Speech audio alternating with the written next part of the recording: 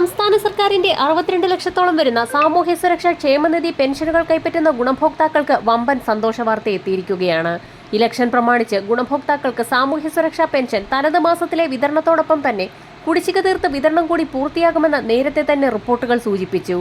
Pension തുക കൈപ്പറ്റുന്ന ഗുണഭോക്താക്കൾക്ക് pension കുടിശ്ശികയും തനത് മാസത്തിലെ പെൻഷൻ തുകയും വിതരണം ചെയ്യുമെന്നുള്ള അറിയിപ്പുകൾ പുറത്തുവന്നതിന് പിന്നാലെയാണ് ക്ഷേമ പെൻഷൻ തുകയിൽ വർധനവ് വരുത്തുന്നു എന്നുള്ള സന്തോഷ വാർത്ത കൂടി എത്തിയിരിക്കുന്നത്.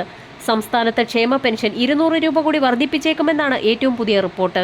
തദ്ദേശ തെരഞ്ഞെടുപ്പിന് മുൻപ് ഇത് സംബന്ധിച്ച തീരുമാനമുണ്ടായേക്കും. ക്ഷേമ പെൻഷൻ 200 രൂപ കൂട്ടാനുള്ള തീരുമാനം ധനവകുപ്പിന്റെ പരിഗണനയിലാണ്. തീരുമാനം പ്രാബല്യത്തിൽ വന്നാൽ പ്രതിമാസം 26 ലക്ഷത്തോളം വരുന്ന ബാങ്ക് അക്കൗണ്ട് നമ്പറുകൾ നൽകിയിട്ടുള്ള ആളുകളുടെ അക്കൗണ്ടുകളിലേക്ക് 1800 രൂപ വീതം എത്തിച്ചേരും. ഇതോടൊപ്പം തന്നെ കൈകളിൽ തുക സ്വീകരിക്കുന്ന 24 ലക്ഷത്തോളം വരുന്ന ഗുണഭോക്താക്കൾക്ക് കൈകളിലേക്ക് 1800 രൂപ വീതം എത്തിച്ചേരും. കേന്ദ്രവിഹിതം കൂടി ചേർത്ത് പെൻഷൻ തുക സ്വീകരിക്കുന്ന 7 ലക്ഷത്തോളം വരുന്ന NSAP വിഭാഗത്തിൽപ്പെടുന്ന വിവിധ പെൻഷനുകൾ കൈപ്പറ്റുന്ന ഗുണഭോക്താക്കളിൽ 7 ലക്ഷത്തോളം വരുന്ന ആളുകൾക്കും 1800 രൂപ വീതം പ്രഖ്യാപനമുണ്ടായേക്കുമെങ്കിൽ പോലും കേന്ദ്രവിഹിതം സംബന്ധിച്ചുള്ള വിതരണത്തിൽ തീരുമാനമായിട്ടില്ല.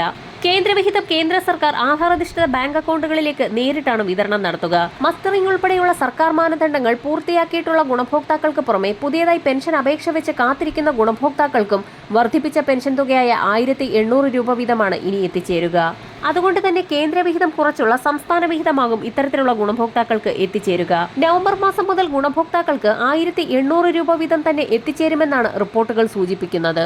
ഇതോടൊപ്പം തന്നെ ഒക്ടോബർ നവംബർ മാസങ്ങളിലായി ഗുണഭോക്താക്കൾക്ക് ശേഷിക്കുന്ന ഒരു ഗഡു കുടിശ്ശിക കൂടി വിതരണം പൂർത്തിയാക്കും. ക്ഷേമ പെൻഷൻ തുക 2500 രൂപയാക്കുമെന്നാണ് LDFന്റെ പ്രകടന പത്രികയിലുള്ളത്. സംസ്ഥാനം കടുത്ത സാമ്പത്തിക പ്രതിസന്ധിയിലൂടെയാണ് കടന്നുപോകുന്നത്. അതോടൊപ്പം തന്നെ സർക്കാർ ജീവനക്കാരുടെ DA കുടിശ്ശികയുടെ ഒരു പങ്കും നൽകിയേക്കുമെന്ന റിപ്പോർട്ടുകളുണ്ട്. നിലവിൽ സർക്കാർ ജീവനക്കാരുടെ 17% DA കുടിശ്ശികയാണുള്ളത്. 2023 പ്രഖ്യാപിക്കേണ്ടിയിരുന്ന 4% കുടിശ്ശികയാണ് അനുവദിക്കാൻ സാധ്യതയുള്ളത്. ജീവനക്കാരുടെ ശമ്പള പരിഷ്കരണത്തിന്റെ കുടിശ്ശികയിൽ 2 ഗഡുക്കൾ കൂടി നൽകാൻ ബാക്കിയുണ്ട്. അത് PFൽ ലയിപ്പിക്കാനാണ് സാധ്യത. ഇതിനു പുറമെ വിവിധ മേഖലകളിലേക്കുള്ള ആനുകൂല്യ വിതരണമാണ് സംസ്ഥാന ധനവകുപ്പിന്റെ ഭാഗത്തു നിന്നും പ്രഖ്യാപിക്കാൻ പോകുന്നത്. കാലങ്ങളോളമായി മുടങ്ങിക്കിടക്കുന്ന നിർമ്മാണ തൊഴിലാളി മേഖലകളിൽ ഉൾപ്പെടെയുള്ളവർക്ക് കുടിശ്ശിക തുകയിൽ ഒരു പരിധിവരെ കൊടുത്തു തീർക്കാനാണ് സർക്കാർ നീക്കം. മസ്റ്ററിംഗിന്റെയും സോഷ്യൽ ഓഡിറ്റിംഗിന്റെയും ഭാഗമായി അനർഹരായ ആളുകളെ ഒഴിവാക്കിക്കൊണ്ട് ഏറ്റവും പുതിയ വിതരണ ലിസ്റ്റിന്റെ അടിസ്ഥാനത്തിലാകും വർദ്ധിപ്പിച്ച പെൻഷൻ തുകയുടെ വിതരണം ആരംഭിക്കുക.